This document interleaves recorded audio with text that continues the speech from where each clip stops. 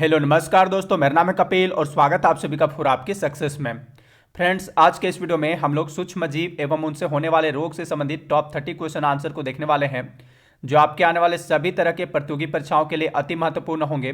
जितने भी क्वेश्चन इस वीडियो में शामिल किया गया है, ये कहीं ना कहीं किसी न किसी एग्जाम में पूछे गए हैं और आगे भी आपसे एग्जाम में पूछे जा सकते हैं।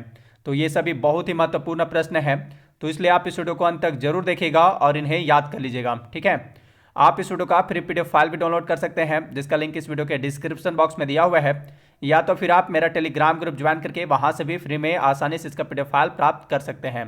टेलीग्राम ग्रुप ज्वाइन करने का लिंक भी इसी वीडियो के डिस्क्रिप्शन बॉक्स में दिया हुआ है। ओके, तो चलिए अब क्वेश्चन की ओर बढ़ते हैं। और पहला क्वेश्चन है, जीवाणु की खोज किसने की थी? तो जीवाणु की खोज यानी बैक्टीरिया की खोज किसने की थी? ल्यूवेनहॉक ने की थी। इन्होंने कब की थी जीवाणु की खोज? 1683 ईस्वी में की थी। ठीक है, 1683 ईस्वी में। अगला प्रश्न है, जीवाणु विज्ञान का पिता, फादर ऑफ माइक्रोबायोलॉजी किसको कहा जाता है? तो जीवाणु विज्ञान का पिता जो है ये बोला जाता है ल्यूवेनहॉक को। क्यों? क्योंकि इन्होंने ही जीवाणु की खोज की थी, इसलिए इन्हें ल्यूवेनहॉक को जीवाणु विज्ञान का पिता कहा जाता है। अगला प्रश्न है, जीवाणु क्या है? तो जीवाणु जो है एक कोशीय जीव है। ठीक है, जीवाणु क्या है? एक कोशीय जीव है। अगला प्रश्न है, जीवाणुओं को पौधे माना गया है क्योंकि इनमें कठोर कोशिका भित्ति होती है, इसलिए जीवाणुओं को पौधे माना गया है। यानी इसका राइट आंसर है ऑप्शन सी। क्वेश्चन नंबर 5, जीवाणुविक कोशिकाओं में नहीं होता है। क्या नहीं होता है?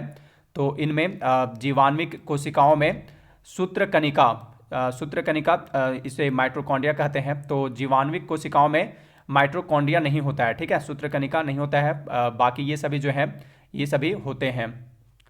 अगला प्रश्न है, वास्तविक केंद्रक किसमें अनुपस्थित होता है?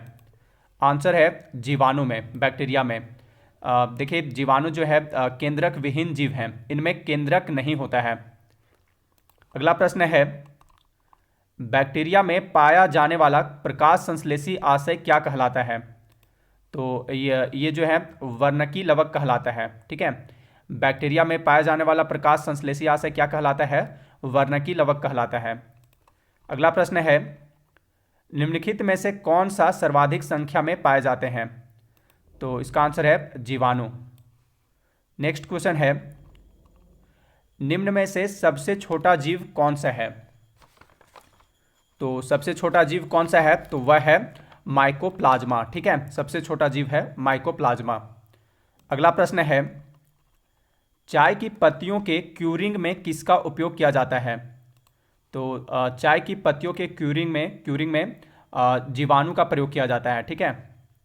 अगला प्रश्न है, प्रशीतन यानी फ्रीजिंग किस प्रकार खाद्य परिरक्षण में सहायता करता है? आंसर है जैव रासायनिक अभिक्रिया की दर को कम करके। इसका आंसर ऑप्शन बी है।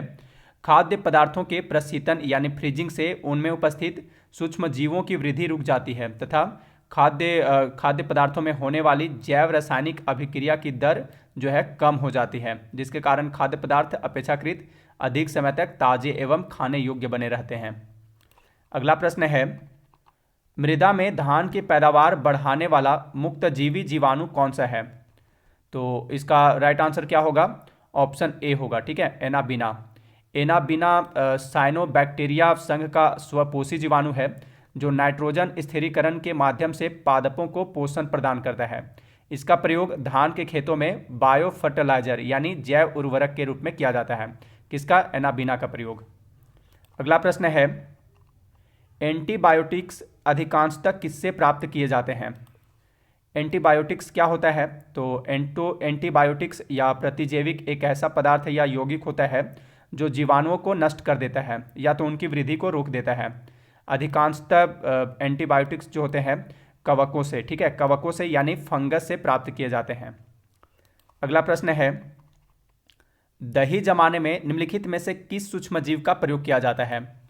तो देखिए, दूध से दही जमाने में लैक्टोबैसिलस नामक जीवाणु का प्रयोग किया जाता है। लैक्टोबैसिलस जो है दूध में उपस्थित शर्करा को तोड़कर लैक्टिक अम्ल का निर्माण करता है और यह लैक्टिक अम्ल दूध को जमा देता है और दूध दही में परिवर्तित हो जाता है। दूध से दही बनने की प्रक्रिया क्या कहलाती है? तो ये किण्वन कहलाती है। ठीक है, दूध से दही बनने की प्रक्रिया क्या क्या कहलाती है? किण्वन कहलाती है। इंग्लिश में से फर्मेंटेशन कहते हैं किण्वन को। अगला प्रश्न है, विषाणु की खोज किसने की थी? तो विषाणु की खोज किसने की थी? इवान वोस्की ने की थी। कब की थी इन्होंने विषाणु की खोज? 1892 ईस्वी में की थी। विषाणु की खोज इवान वोस्की ने की थी। अगला प्रश्न है, विषाणु क्या है? तो विषाणु जो है अत्यंत सूक्ष्म अकोषीय जीव है। ठीक है, विषाणु अकोषकीय जीव है। और जीवाणु क्या है? तो जीवाणु जो है एक कोशिकीय जीव है। अगला प्रश्न है, विषाणु माने जाते हैं। देखिए, विषाणु जो होते हैं इनकी प्रकृति सजीव और निर्जीव दोनों प्रकार की होती है। इसी कारण ये सजीव और निर्जीव के बीच की कड़ी माने जाते हैं। यानी इसका आंसर है ऑप्शन सी।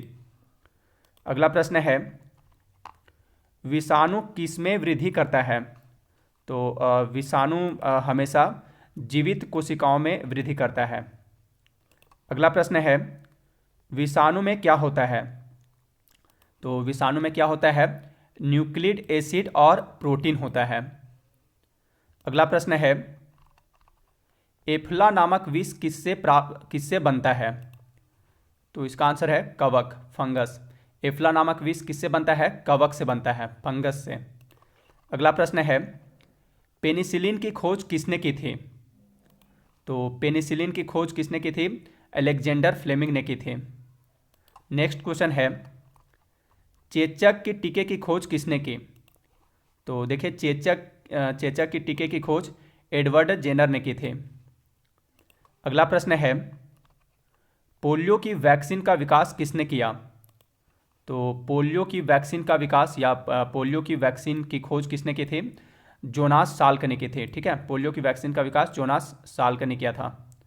अगला प्रश्न है, शिशुओं को लगाया जाने वाला टीका डीपीटी किन रोगों से उनकी रक्षा करता है?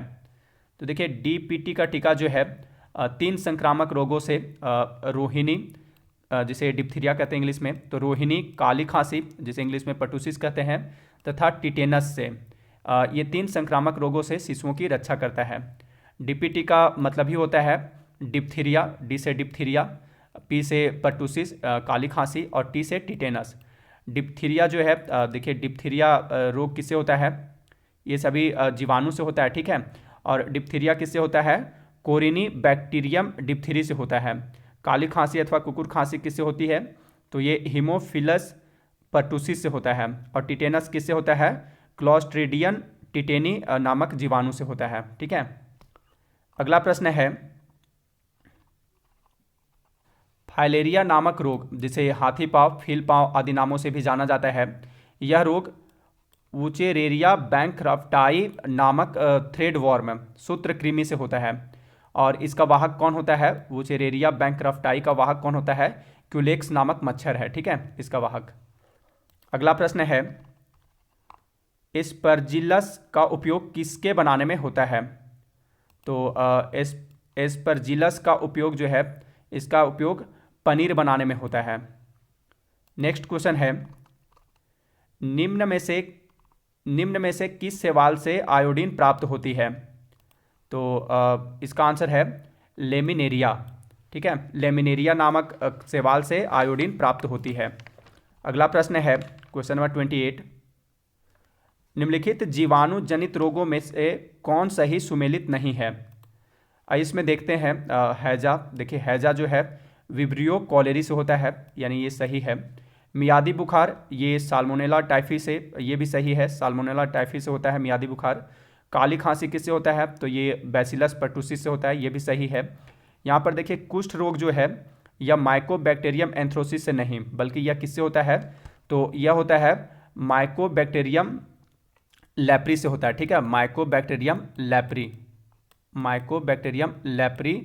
नामक जीवाणु से होता है। यानी कि यहाँ पे इस क्वेश्चन का आंसर जो है ऑप्शन डी हो जाएगा। ठीक है, ऑप्शन डी सुमेलित नहीं है, बाकी ये सभी सही है। हैजा विब्रियो कॉलेरी से होता है, मियादी बुखार साल्मोनेला टाइफी से होता है, काली खांसी बैसिलस पर्टुसिस से होता है, और कुष्ठ रोग किससे होता है? माइकोबैक्टीरियम लेप्री नामक जीवाणु से होता है। अगला प्रश्न है, एड्स का कारण है। तो एड्स का कारण क्या है? वायरस है। ठीक है, एड्स किससे होता है? वायरस से होता है, विषाणु से होता है। और उसका नाम क्या है उस विषाणु का, वायरस का? तो उसका नाम है HIV वायरस। ठीक है, एड्स जो है HIV वायरस से होता है। अगला प्रश्न है, एड्स जिस वायरस के कारण होता है उसका आनुवांशिक पदार्थ क्या है? देखिए यह क्वेश्चन NDA 2018 में आया था। तो एड्स जिस वायरस के कारण होता है उसका आनुवांशिक पदार्थ क्या है? तो उसका आनुवांशिक पदार्थ एक स्ट्रैंडेड RNA है। ठीक है, एक स्ट्रैंडेड RNA। तो फ्रेंड्स, ये थे साइंस के कुछ महत्वपूर्ण प्रश्न। अब अंत में आपके लिए क्वेश्चन है, किस हार्मोन को लव हार्मोन कहा जाता है? तो इस क्वेश्चन का सही जवाब आप मुझे कमेंट बॉक्स में दीजिएगा। तो इस वीडियो में इतना ही। अगर ये वीडियो आपको अच्छा लगा हो तो इसे लाइक तथा शेयर जरूर कर दीजिएगा। मिलते हैं नेक्स्ट वीडियो में। Thanks for watching.